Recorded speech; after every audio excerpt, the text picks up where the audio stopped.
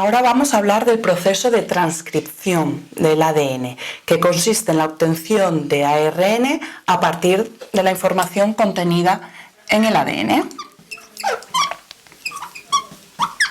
Dentro de esta transcripción podemos obtener ARN mensajero, ARN de transferencia o ARN ribosómico, aunque nos vamos a centrar principalmente en el ARN mensajero, que es el que después va a pasar al citoplasma y mediante el mecanismo de traducción se va a convertir en proteínas, que es en lo que consiste la expresión génica, en obtener proteínas a partir de la información contenida en el DNA. Entonces, este ARN mensajero se obtiene a través de la información contenida en determinadas secuencias del ADN que denominamos genes, que son las regiones codificantes. El resto de regiones del ADN se denominan regiones no codificantes, aunque son importantes para los procesos de regulación de la expresión génica, es decir, procesos que permiten, es decir, que activan o inhiben la transcripción del ADN a ARN mensajero. Entonces, imaginaros esta cadena de DNA, ¿vale? La vamos a linearizar para verlo un poquillo más sencillo.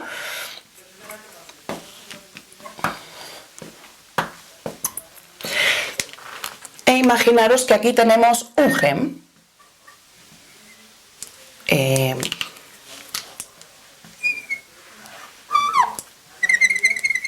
¿Vale? Este gen, por tanto, esta secuencia de ADN es lo que se va a convertir después en ARN mensajero.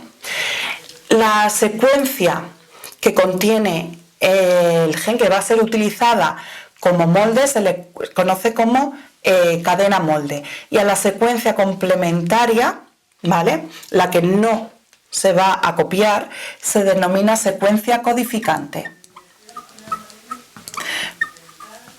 ¿Por qué? Porque el ARN que se va a sintetizar, que se va a obtener mediante el proceso de transcripción, va a tener la misma secuencia igual que esta cadena. Es decir, que esta es la que porta la información y esta cadena es la que sirve de molde. Para que se transcriba el gen necesitamos una secuencia que se denomina promotor.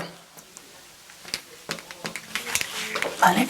Va a ser en este promotor donde se va a iniciar la transcripción. ¿Cómo? A él se van a unir determinadas proteínas que se conocen como factores de transcripción. Una vez que estas proteínas están unidos al promotor, va a permitir que la polimerasa, en este caso la denominamos ARN polimerasa,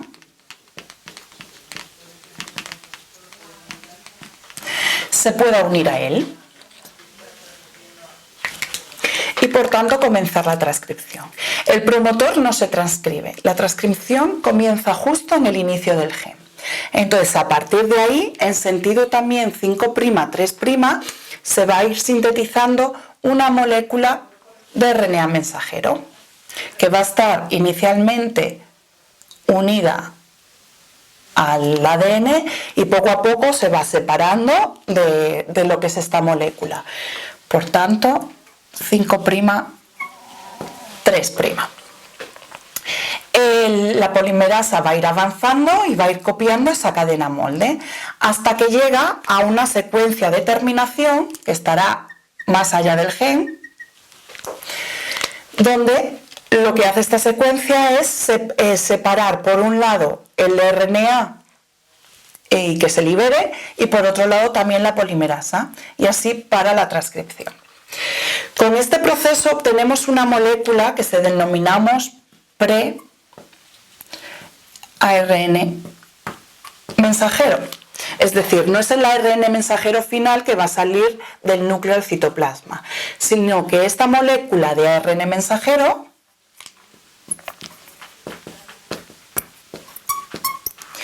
va a tener que sufrir una serie de modificaciones para después ser reconocida por los ribosomas en el citoplasma y aparte para evitar ser degradada por las nucleasas que hay en el citoplasma. Una de esas modificaciones ocurre en el extremo 5' y se denomina la adición de una caperuza, que en realidad es añadirle una 7-metilguanosina. Esta caperuza va a ser lo que sea reconocido por los ribosomas en el citoplasma. En el extremo 3', por su parte, se va a añadir una cadena de adeninas, que puede variar entre los 80 y 250 residuos de adenina, y se conoce como cadena poli-A en un proceso de poliadenización.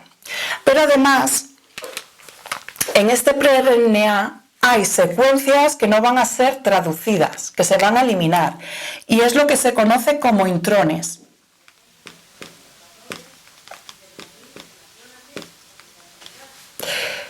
Entonces, estos intrones tienen que ser eliminados, ¿vale?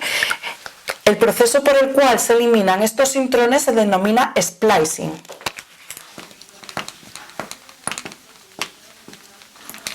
Con lo cual, al final, vamos a tener una molécula de RNA mensajero un poquito más pequeña que la molécula de pre-RNA inicial.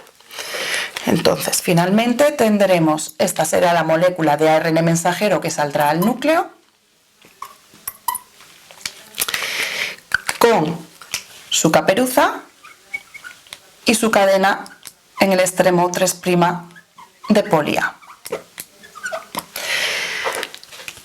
Como ya os digo, estos dos extremos, las modificaciones que se producen en el extremo 5' y en el extremo 3' son para evitar la acción de las nucleasas, y sobre todo el extremo 5' es necesario para que sea reconocido este ARN mensajero por los ribosomas y comience el proceso de traducción, que sería el siguiente paso en el proceso de expresión génica.